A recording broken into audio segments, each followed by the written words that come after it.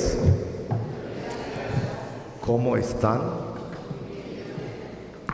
Bueno, quiero dar una bienvenida especial a unos amigos que vienen de Canadá. So, Pastor John and the team, will you please stand up?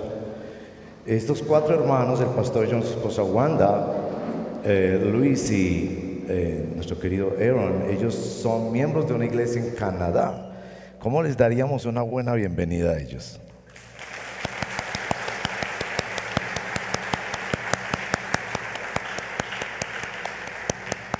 ¿Ustedes saben cómo decir bienvenido en inglés?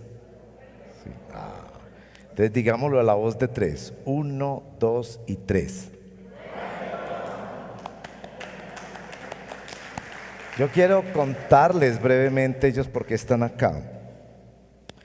Ellos están acá porque su iglesia hace parte de un programa que en la red de iglesias El Redil, en nuestra federación, estamos impulsando, que cada una de nuestras iglesias, especialmente las que tienen proyectos de plantación de iglesias, tengan como una iglesia hermana en Canadá.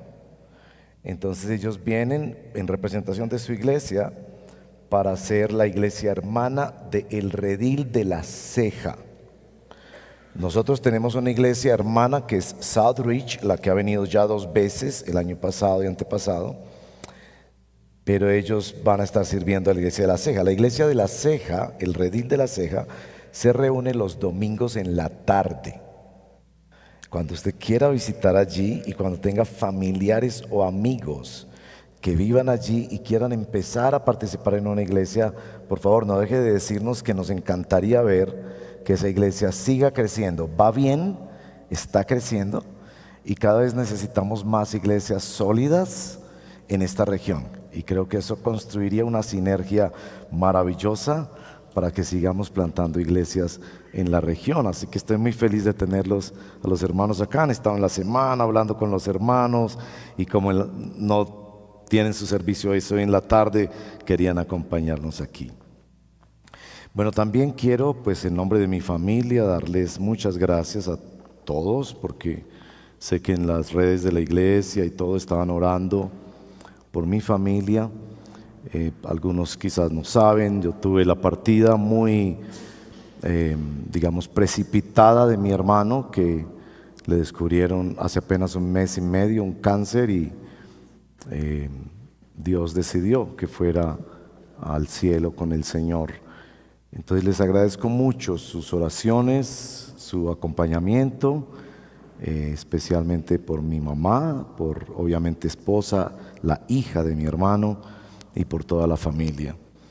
Son momentos así donde uno siente que es muy importante tener una familia en la fe, que ora por nosotros y nos sustenta. Y la verdad hemos sentido la fortaleza, el consuelo, la esperanza bendita que nos da la palabra de Dios, y que momentos así nos ayudan a entender más y abrazar más nuestra fe en Cristo, que va más allá de la muerte. Así, bueno, les agradezco muchísimo. Y sé que estamos orando inclusive por personas muy delicadas en el hospital, como la hermana Luisa y otros hermanos que están con familiares. Sé que la tía de Víctor también, la señora Eva, está muy delicada. Entonces apreciamos mucho tu oración. Y también cuando en el chat de la iglesia pides que la iglesia ore, y a veces no sabemos la persona, solo nos ponen allí un nombre, pero Dios sí conoce esa persona. Así que apoyarnos en oración es tan importante, y yo les agradezco mucho sus oraciones. Bueno, seguimos en nuestro estudio de los 10 mandamientos. ¿Cómo les va con los 10 mandamientos? ¿Deberíamos repasarlos o qué? ¿Cuál es el primer mandamiento?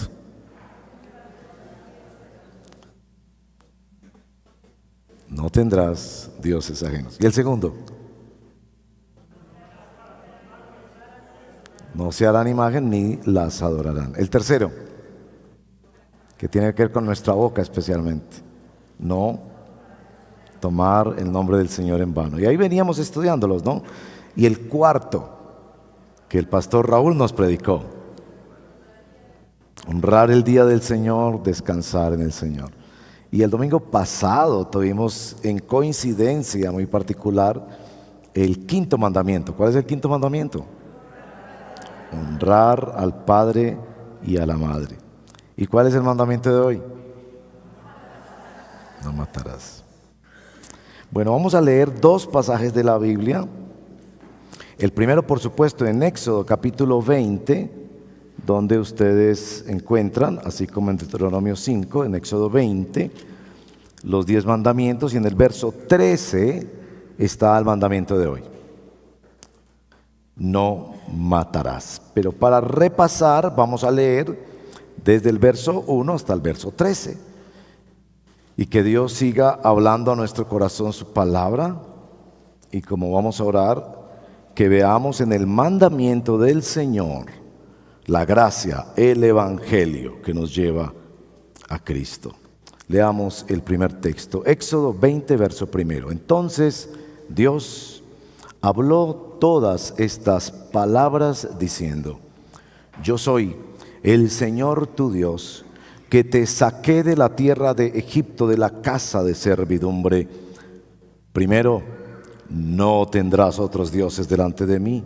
Segundo, no te harás ningún ídolo, ni semejanza alguna de lo que está arriba en el cielo, ni abajo en la tierra, ni en las aguas debajo de la tierra. No los adorarás, ni los servirás, porque yo, el Señor tu Dios, soy Dios celoso, que castigo la iniquidad de los padres sobre los hijos hasta la tercera y cuarta generación de los que me aborrecen, y muestro misericordia a millares, a los que me aman y guardan mis mandamientos. Tercero, no tomarás el nombre del Señor tu Dios en vano, porque el Señor no tendrá por inocente al que tome su nombre en vano. Cuarto, acuérdate del día de reposo para santificarlo. 6 días trabajarás y harás toda tu obra, pero el séptimo día es día de reposo para el Señor tu Dios. No harás en él trabajo alguno, tú, ni tu hijo, ni tu hija, ni tu siervo, ni tu sierva, ni tu ganado, ni el extranjero que está contigo. Porque en 6 días hizo el Señor los cielos y la tierra, el mar y todo lo que en ellos hay, y reposó en el séptimo día. Por tanto, el Señor bendijo el día de reposo y lo santificó. Quinto, honra a tu padre y a tu madre, para que tus días sean prolongados en la tierra que el Señor tu Dios te da. Sexto, no matarás. Y así como el Señor Jesucristo es el centro mismo de toda la Biblia, Él es el mejor intérprete de toda la Biblia. Entonces vamos a Mateo capítulo 5, los versos 21 al 26. Mateo 5, verso 21 al verso 26. Esta es una porción de el Sermón de la Montaña. Mateo 5, 21.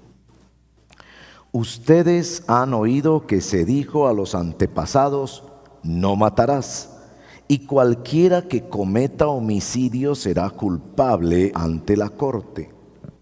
Pero yo les digo que todo aquel que esté enojado con su hermano será culpable ante la corte, y cualquiera que diga insensato a su hermano será culpable ante la Corte Suprema, y cualquiera que diga idiota a su hermano será merecedor del infierno de fuego.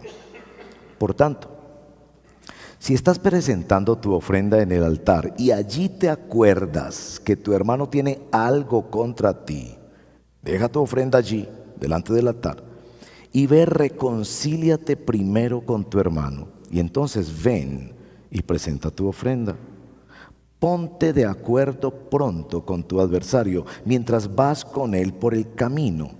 No sea que tu adversario te entregue al juez y el juez al guardia y seas echado en la cárcel. En verdad te digo que no saldrás de allí hasta que hayas pagado el último centavo. Esta es la palabra del Señor. Y yo les exhorto a que la recibamos así. Es la palabra de Dios.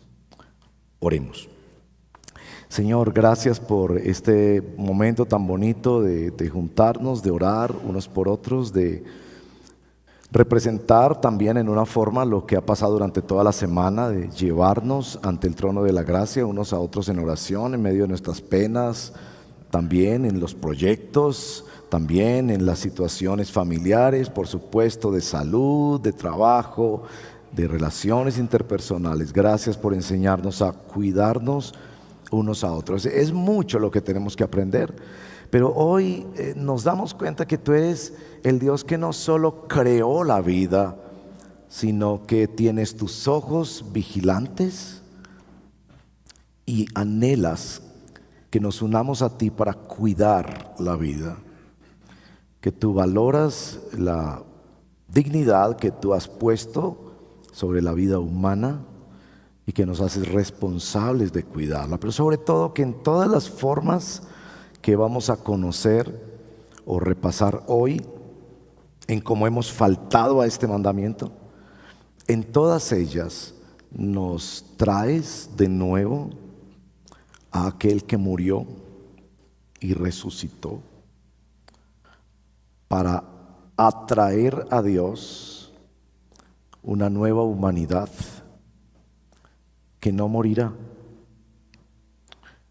Por eso te adoramos y pedimos que sea tu Espíritu Santo que nos hable al corazón. Yo te pido que en la situación que cada uno de nosotros vivimos, aquí tenemos todos diferentes cosas, algunos preocupados por cosas que están pasando en la familia, otros con proyectos de trabajo delicados, difíciles, otros con situaciones de salud, otros con grandes preguntas sobre tu palabra y cómo conocer a Dios. Por favor, en la situación que cada uno de nosotros estamos, te suplicamos, Espíritu Santo, por favor, háblanos. ¿A quién iremos si solo tú tienes palabras de vida? Pedimos, Señor, que cuando llega la ley, llegue el Evangelio, como tú lo has provisto y permitido. Algunos aquí en su mente, cuando escuchan este mandamiento, recordarán que de alguna manera han participado en la muerte y su conciencia intranquila les acosa y ellos necesitan venir hoy a ti. Por favor, ministralos.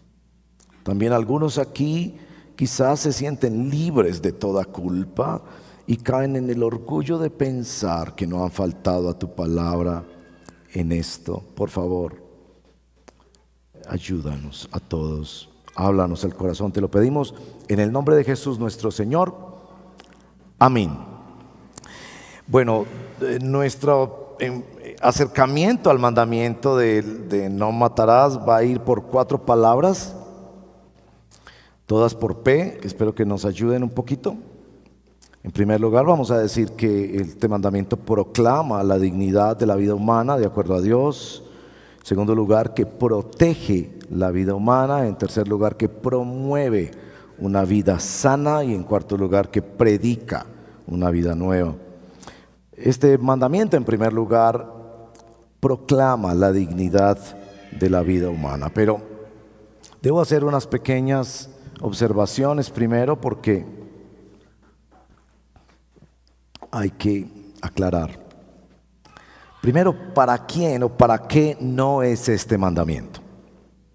En primer lugar, debemos decir que este mandamiento no es para una nación, no es para un Estado, no está cuestionando la autoridad del Estado para aplicar justicia o para el uso legítimo de la fuerza. Cuando un policía persigue a un bandido y tiene que disparar porque él no se rinde, no se trata de esto. Es decir, no es para que usted se pare ante el Congreso de la República con esto.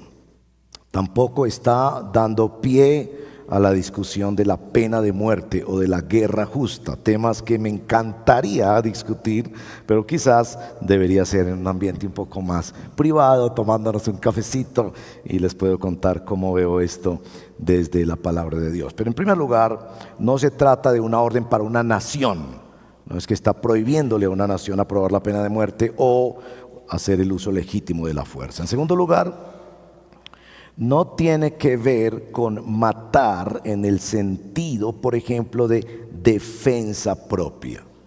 De hecho, los que nos ayudan, expertos en el idioma hebreo, nos hacen ver que realmente la palabra allí no es tanto matar como asesinar. Se refiere particularmente a la alevosía o tomar la vida de otra persona sin derecho. Por eso sugieren que quizás la mejor traducción debería ser: no asesinarás. Y esto va a ser muy importante en el transcurso de nuestra reflexión. En tercer lugar, no se refiere a los animales. Algunos grupos proambientalistas, con el derecho que tienen a exhortarnos al buen cuidado de la creación, usan este mandamiento para decir que no deberíamos matar ni siquiera un insecto cuando caminamos por la calle. No se trata de eso. De hecho, en hebreo la palabra para matar animales es totalmente diferente. Y ustedes sabrán que una de las importantes discusiones del Antiguo Testamento es este tema de por qué Dios pidió que se mataran animales dentro de los ritos, ceremonias de adoración de Israel. Si el tiempo lo permite, les hablaré un poquito sobre eso, pero en principio lo que debemos decir es: no se refiere a animales, se refiere específicamente a seres humanos. Y por ahí vale la pena, en esta generación, donde los animales están siendo tratados como seres humanos y los seres humanos están siendo tratados como animales, este mandamiento debería decirnos que Dios hace una diferencia fundamental entre la vida de un ser humano y la vida de un animal. Los seres humanos podemos tomar las vidas de animales para asuntos de ciencia, de salud o para nuestra alimentación, pero no se nos permite tomar la vida de otro ser humano. Y vamos a ver unos textos al respecto. ¿Qué es lo que este texto de no matarás está afirmando? En primer lugar, está afirmando el valor de la vida, de la dignidad de la vida humana. Aquí les tengo este texto de Génesis. Yo voy a poner los textos aquí y me interesa mucho poner los textos aquí porque como tenemos serios problemas de acústica en este edificio y nuestros equipos de sonido no son suficientemente buenos, en un estudio de acústica que hicimos recientemente nos dijeron que hay puntos en el auditorio donde la escucha es muy bajita, así que téngannos paciencia, con la ayuda del Señor vamos a mejorar eso y hacer todo lo que sea necesario, pero por lo pronto una cosa de lo que estamos haciendo los predicadores y queremos seguir haciendo es poner más texto en pantalla, porque así viendo y escuchando pues nos ayudamos un poco más, porque el objetivo es que tú crezcas en tu fe en el Señor Jesucristo y conozcas más la palabra de Dios. Así que bueno, por eso aparecen ahí más textos que de costumbre. Génesis 9:6: el que derramare sangre de hombre, por el hombre su sangre será derramada. El texto después va a explicar cómo son los procesos de la corte y demás que aparecen posteriormente en el libro de Levítico. Pero aquí sobre todo quiero señalar esto. ¿Por qué? Porque a imagen de Dios es hecho el hombre. La dignidad humana depende de quién lo creó. Quizás un buen ejemplo podría ser si encontraran una pieza de papel donde el gran artista español o francés, no sé, hay una discusión sobre eso, Picasso, hubiera hecho unos trazos rápidos y se encontrara una pieza de papel, pero fueron unos trazos de algo muy sencillo, ese papelito valdría millones de dólares o de euros. ¿Por qué? Podría ser obviamente un trazo que los estudiosos podrían decir, allí hay la genialidad de aquel autor, pero sobre todo el valor, la dignidad de esa pieza descansaría en el autor. Yo podría hacer algo similar y no valdría ni un peso, pero al haberlo hecho el gran Picasso, esto es lo que quiere decir este texto: el valor de la vida humana descansa en una dignidad especial que Dios le dio al ser humano al llamarlo imagen del Creador. No se dice esto de los animales, por lindos y tiernos que ellos sean. Ninguna parte de la Biblia nos va a decir que los animales son imagen de Dios. Solo el ser humano lleva el sello, la impronta de Dios. En segundo lugar, este mandamiento afirma el valor de las relaciones humanas. Proclama que las relaciones humanas son muy importantes. Por eso los 5 primeros libros de la Biblia hablan repetidamente sobre las sanciones que habría sobre un homicidio o un asesinato. Tendría que haber compensaciones y otras formas de acción a favor de la familia o las personas que fueron afectadas. Cuando un ser humano muere, muchas personas son afectadas. Entonces se está afirmando el valor de las relaciones humanas. Para quienes todavía en su mente discuten este asunto de los animales, usted nunca verá eso en los animales. La perrita de mis nietos tuvo 7 perritos y a veces los dueños se encuentran en el centro comercial porque los entrenan y todo eso. Los que quedaron pues con esos cachorritos. Y entre ellos ni siquiera se distinguen. Y si un día la perrita que tuvo estos perritos fallece, no vas a ver los otros cachorritos yendo a su funeral.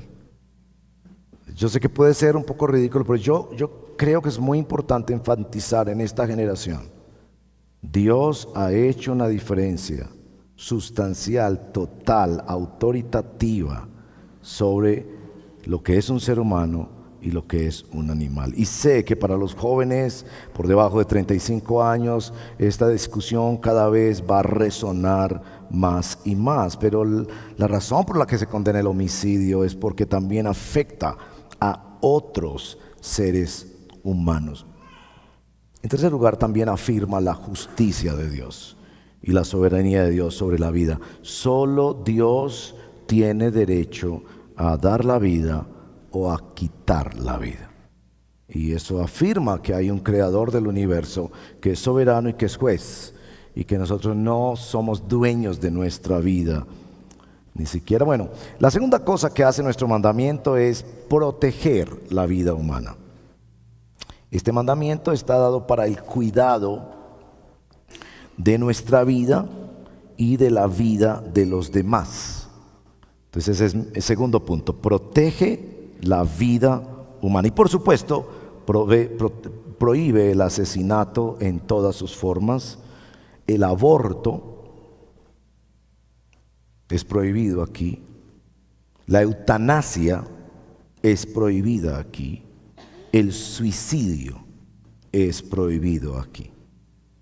Y yo sé que siempre, sobre todo con eutanasia, hay todo este asunto de los casos especiales, pero nos ayuda mucho la frase que han dicho varios filósofos de nunca haga leyes a partir de las excepciones. Entonces quiero leer con ustedes Levítico 19, 14 al 18, porque me parece que muestra dimensiones de la protección de la vida que quizás no nos han sido familiares en el estudio de la palabra de Dios, y me interesa muchísimo que ustedes exploren estos textos. No sé si alcanzan a leerlo ahí, pero si no, búsquenlo en sus Biblias. Por eso es bueno traer la Biblia a la iglesia. Levítico 19, 14 al 18. No maldecirás al sordo, ni pondrás tropiezo delante del ciego, sino que tendrás temor de Dios. Noten que allí ya hay una protección de la vida especial para la persona que tiene alguna situación de discapacidad. No harás injusticia en el juicio, no favorecerás al pobre ni complacerás al rico, sino que con justicia juzgarás a tu prójimo. No andarás de calumniador entre tu pueblo, no harás nada contra la vida de tu prójimo. Noten eso, no hacer nada contra la vida de tu prójimo. Esto es muy importante porque cuando lleguemos al texto de Mateo, es muy seguro que Jesús está haciendo realmente una réplica en el Sermón de la Montaña de estos textos. No odiarás a tu compatriota en tu corazón. Ciertamente podrás reprender a tu prójimo, pero no incurrirás en pecado a causa de él. No te vengarás. Aquí se está prohibiendo tomar la vida de otra persona como un acto de venganza o hacer justicia propia. Ni guardarás rencor a los hijos de tu pueblo, sino que amarás a tu prójimo como a ti mismo. Yo soy el Señor. Entonces claramente se está prohibiendo no solo tomar la vida de otra persona, sino cualquier acción que conduzca a ello. También se prohíbe aquí, para proteger la vida, el asesinato por negligencia. Miren este texto conmigo de Deuteronomio 28:8. Cuando edifiques casa nueva, escuchen bien los que están ahora edificando o extendiendo algo en su casa, le harás un muro a tu azotea. Es decir, si le hace una losa o una plancha a su casa, o si donde usted construye hay un barranco, la orden es hacerle una azotea, para que no traigas culpa de sangre sobre tu casa si alguien se cayere de ella. ¿Se dan cuenta de la dinámica de esta ley? Que no es solo tomar la vida de una persona, sino de participar en circunstancias que puedan llegar a contribuir a la muerte de una persona. Eso se llama asesinato por negligencia. Por supuesto, no solo trata de la muerte física. Cualquier cosa que invite o refleje o motive la violencia es prohibida en esto. Y bueno, yo debo hacer una observación. Estudiando estos textos me he dado cuenta que debemos poner atención a nuestra práctica común de observar en películas asesinatos. De alguna manera nosotros estamos desensibilizando nuestra conciencia cuando vemos películas de terror o cuando vemos películas o series, lo que sea, donde hay asesinatos. De alguna manera, aunque eso pretenda ser fingido, estamos desensibilizándonos. No sé las estadísticas en este momento, pero en algo que leí, cuando todavía no había todo el masivo uso de Internet, este es un dato de hace más de 15 años, que un joven, al llegar a los 18 años, ha visto en la pantalla de televisión más de 40,000 asesinatos. Eso nos lleva a nuestro tercer punto. Este mandamiento no solo prohíbe que nosotros tomemos la vida de otra persona, ni siquiera que la deseemos eso o que participemos en circunstancias que puedan llegar a eso, como vender tabaco o drogas ilícitas o cosas que contribuyan a la muerte de personas. Pero este mandamiento también promueve una vida sana. Y para eso me interesa llevarles al texto de Mateo capítulo 5, el Sermón de la Montaña. Y hay varias lecturas del Sermón de la Montaña. Hay algunas lecturas del Sermón de la Montaña que, permítanme usar el término, son muy románticas. Esas lecturas del Sermón de la Montaña, que presentan, no, Jesús solo amaba, solo abrazaba. Por supuesto, en el Sermón de la Montaña, Jesús lo que hace es tomar el Pentateuco, la ley del Antiguo Testamento, y traer la verdadera interpretación, nuevas dimensiones de lo que significa la ley de Dios. Por supuesto, para dar esperanza a la humanidad. Pero sin duda Jesús hace unas aclaraciones en este texto.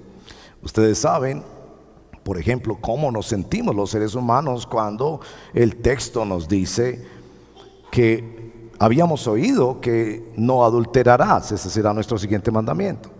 Pero que cualquiera que mire a un hombre o una mujer para codiciarle en su corazón ya adulteró con ella. Y es como que no es Jesús, pero no nos estás dejando salida. Es decir, estás trayendo una espada que es demasiado asustadora para nosotros. Bueno, lo propio hace con respecto al tema del sexto mandamiento: no matarás. Entonces volvamos a leer este texto porque me parece tan importante la forma en que este texto promueve una vida sana, promueve la reconciliación, promueve la solidaridad humana, promueve la valoración del otro, promueve una forma sana de pensar y de hablar. Lean conmigo por favor este texto de nuevo. Bueno, leo para el beneficio de todos. Mateo 5:21, texto que leímos al principio, volvamos a leerlo en este momento. Ustedes han oído que se dijo a los antepasados: no matarás. Y cualquiera que cometa homicidio, noten allí lo que decíamos, el mandamiento se refiere al homicidio, será culpable ante la corte. Es decir, no ante otro individuo, sino ante la corte. Debe haber la intervención de una autoridad. No se puede hacer justicia por mano propia. Pero yo les digo que todo aquel que esté enojado con su hermano, hermanos, ¿qué hacemos? Es decir, ¿qué hacemos? Yo podría pedir que levante la mano a alguien aquí que no esté enojado con alguien. Por ejemplo, con un político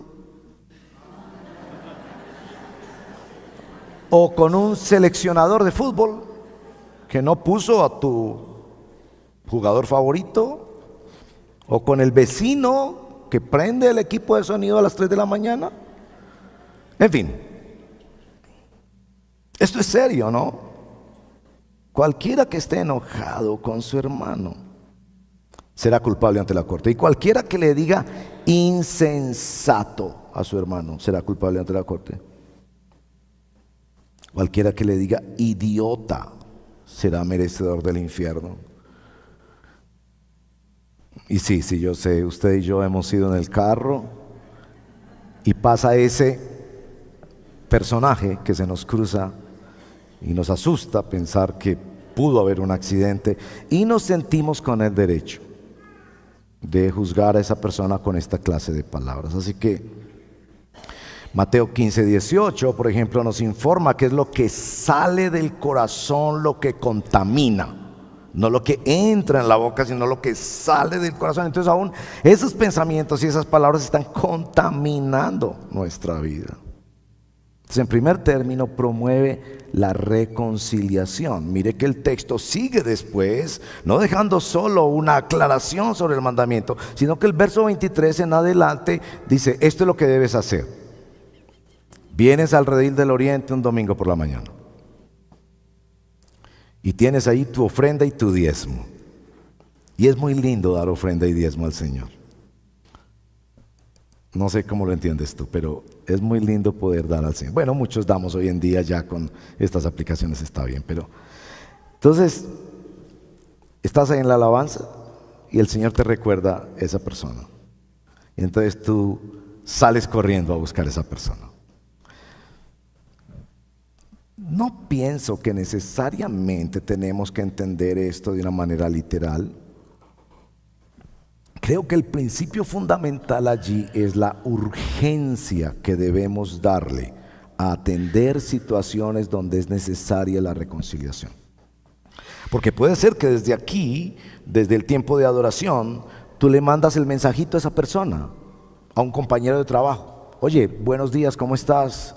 Deseo que descanses este fin de semana. Mira, estoy dándome cuenta que tenemos que hablar sobre ese tema del proyecto pasado. Yo creo que quedaron unas cosas pendientes y yo creo que yo necesito reconocer mis errores allí. ¿Podríamos hablar esta semana? Y todavía podrías estar en la celebración aquí, porque si aplicáramos este principio literalmente, estaríamos todos los seres humanos corriendo como locos de un lado a otro y la sociedad no funcionaría. Porque posiblemente en cada momento que tomemos para pensar, Dios estará recordándonos: oye, tú tienes algo con una persona, pero no solo con una persona, van a ser por ahí 50 personas. Y un día me vienen unos a la mente y otro día me vienen otros a la mente. Si voy a la escuela de mis nietos, me voy a acordar de algunas personitas. Si voy a la cancha de fútbol, me voy a acordar de otras personitas. Si abro mi celular, voy a acordarme de otras personas. Si vengo a la iglesia, voy a acordarme de otras personas. Creo que lo que el Señor trata de decir aquí es: este mandamiento busca promover la reconciliación. Y el texto es claro: ve y reconcíliate antes de que sea tarde, antes de que te coge el alguacil y el guardián y llegues a la corte. Antes, este texto también promueve la solidaridad humana y la compasión. Cuidar de las personas que están en necesidad. Porque cuando pensamos que a una persona le podemos llamar insensato, o torpe o idiota, es porque nosotros pensamos que estamos en una situación de superioridad a esa persona. Y lo que el Evangelio nos dice es: cuando tú veas que esa otra persona no entiende lo que tú entiendes, no es capaz de lo que tú eres capaz, tu llamado no es a juzgarlo, sino a ayudarlo. Quiero leerles este verso de Deuteronomio 27, 18, si me lo ponen ahí en pantalla. Deuteronomio 27, 18. Maldito el que haga errar al ciego en el camino. No sé si me lo ponen ahí. Deuteronomio 27, 18.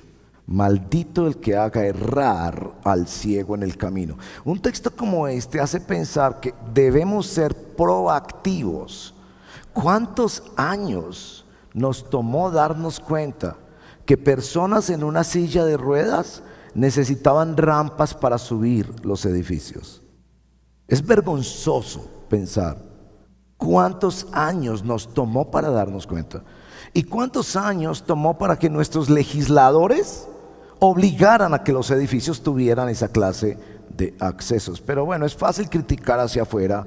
¿Cuánto tiempo nos ha tocado a nosotros reconocer que una persona en estado de discapacidad debe ser especialmente cuidada, protegida y entregada los recursos que ella necesita? Son leyes especiales para el cuidado de estas personas. Y bueno, eso es muy común en el libro de Levíticos. Y ustedes discuten todo esto de por qué en la Biblia hay guerra y todo eso. ¿Por qué Dios le dijo a Israel que matara y eliminara poblaciones? Y yo debo decir, esa era la política internacional de esa época. Es que no era Israel el único que hacía eso. Por el contrario, a Israel se le limitaba en esas formas de relaciones internacionales y se le ordenaba inclusive amar a sus enemigos. Pero cuando usted ve el volumen de leyes que hay en el Antiguo Testamento para el cuidado de la vida, para la protección del necesitado, de la viuda y del pobre y del extranjero, usted va a reconocer evidentemente que Dios da su ley para comunicarnos que es un Dios de gracia y de una nueva oportunidad. Bueno, eso nos lleva a nuestro último punto. El mandamiento no matarás, no asesinarás, predica una nueva vida. Por favor, acompáñenme en este asunto. El cristianismo es esencialmente la predicación de una muerte. Yo sé que el cristianismo predica muchas cosas, pero si seguimos a Pablo, por ejemplo, en capítulo 1 de Corintios, Pablo dice: yo solo quise saber entre ustedes de Cristo y de este crucificado. Esencialmente el cristianismo es la predicación de una muerte. Usted me puede decir que eso no le gusta. Usted me puede decir que hay cosas más lindas en el Evangelio. Lo entiendo. Pero esencialmente el cristianismo es el anuncio de una muerte. El ministerio del Señor Jesucristo, que fue maravilloso, sanando enfermos, abrazando leprosos, multiplicando el pan, reprendiendo a los hipócritas religiosos, realmente Él suspendió ese ministerio y Él dijo claramente: yo he venido a dar mi vida. ¿Sí? Él nació en Belén para morir. Que Jesús hizo otras cosas, claro que hizo otras cosas, pero esencialmente el cristianismo es la predicación de una muerte. Escuche bien, de una muerte sustitutiva, de una muerte que no merecía recibir. Es el único inocente y perfecto ser humano que ha pisado esta tierra. Es el único que ha cumplido toda la ley de Dios.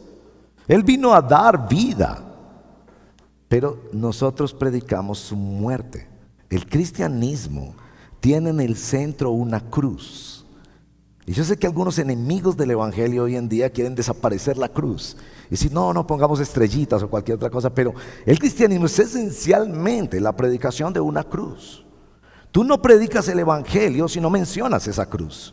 Podrás predicar buenos principios, podrás atraerlos al poder de Cristo y a otras cosas, pero no has predicado el Evangelio hasta que no prediques una cruz. Pero todos sabemos que esa muerte en la cruz fue una muerte para tomar nuestra muerte. Y mire bien, no solo nuestra muerte física, ni solo nuestra muerte espiritual. Esa muerte de Jesús hizo posible que nosotros podamos creer, vivir y esperar la resurrección. Ustedes saben por mi situación familiar, pero muchos de ustedes han estado en estas situaciones familiares recientemente. Cuando uno está cerca de la muerte, particularmente porque es un familiar. Yo sé que estamos cerca de la muerte todos los días, porque en Colombia hay matanzas todos los días, lamentablemente, y Dios las juzgará cada una de ellas. Pero cuando nos toca acompañar a un familiar y estar en esos últimos momentos agónicos, que son muy dolorosos, tantas preguntas vienen a nuestra mente, tantas inquietudes, tanto dolor, al pensar, ya no voy a volver a escuchar su voz en esta tierra. ¿Y qué va a pasar? Y todo esto. Cuando estamos tan cerca de la muerte, hemos de recordar que la palabra de Dios dice que en el Evangelio predicamos que Cristo murió, pero que también resucitó, para que nuestros cuerpos resuciten un día, no para condenación, sino para vivir una vida donde no habrá enfermedad, ni lloro, ni tristeza. A mí me encanta decir eso, yo sé que suena chistoso, pero es verdad, donde todos seremos bonitos y no engordaremos más, ni tendremos cicatrices, ni tendremos dolor, ni preocupación. En el cristianismo predicamos una muerte que hizo posible nuestra resurrección. Yo por eso quiero leerles este texto de Romanos capítulo 1, verso 1 al 4. El comienzo de Romanos. Pablo, siervo de Cristo Jesús, llamado a ser apóstol, apartado para el evangelio de Dios. Me encanta esa frase, a mí me encanta esa frase. Los llamados no son llamados para otra cosa, llamados para el evangelio de Dios, que Él ya había prometido. Esto no se lo inventaron los apóstoles. Él lo había prometido por medio de sus profetas, Antiguo Testamento, las Sagradas Escrituras. ¿De qué trata el Evangelio? Es el mensaje acerca de su Hijo, que nació de la descendencia de David según la carne. Muy importante esto para decir cumplió todas las profecías anunciadas antes. Que fue declarado Hijo de Dios con un acto de poder, conforme al Espíritu de santidad, por la resurrección de entre los muertos, nuestro Señor Jesucristo. Es por medio de Él que hemos recibido la gracia. La gracia no se recibe por otro medio, eso no es así nomás. Es por medio de Él resucitado y el apostolado para promover la obediencia a la fe entre todos los gentiles. Promover la obediencia, palabrita que nos gusta mucho, pero es así. Obediencia a la fe entre todos los gentiles, por amor a su nombre, entre los cuales están también ustedes, llamados de Jesucristo. El cristianismo entonces predica la resurrección de Jesús y las implicaciones para nosotros de la resurrección de Jesús. Esta nueva vida que se predica desde ese mandamiento, no asesinarás, el cristianismo predica también una vida en comunidad. Les voy a leer este versito de Primera de Juan, capítulo 3, verso 15. Qué tan impresionante es ese verso. Ese verso en particular es una instrucción para los cristianos. Todo el que aborrece a su hermano es un asesino. Mire la forma en que los apóstoles enseñaron la implicación del evangelio para una comunidad, y cuánto anhelamos los pastores de la iglesia llevarlos a ustedes a nuevas y crecientes dimensiones de la vida en comunidad. Una vida en comunidad donde aprendemos a amarnos los unos a los otros, donde seamos verdadera familia de Dios, no conocidos que se reúnen cada semana, donde lloramos los unos con los otros y reímos los unos con los otros. Por supuesto, este texto es presentado en negativo. Si miran el verso 16, dice que así como Cristo puso su vida por nosotros, nosotros hemos de poner nuestra vida por los hermanos. Bueno, conclusión. Este mandamiento nos lleva a el Evangelio. Nos lleva a el Evangelio. Porque en primer lugar muestra la justicia de Dios sobre la humanidad.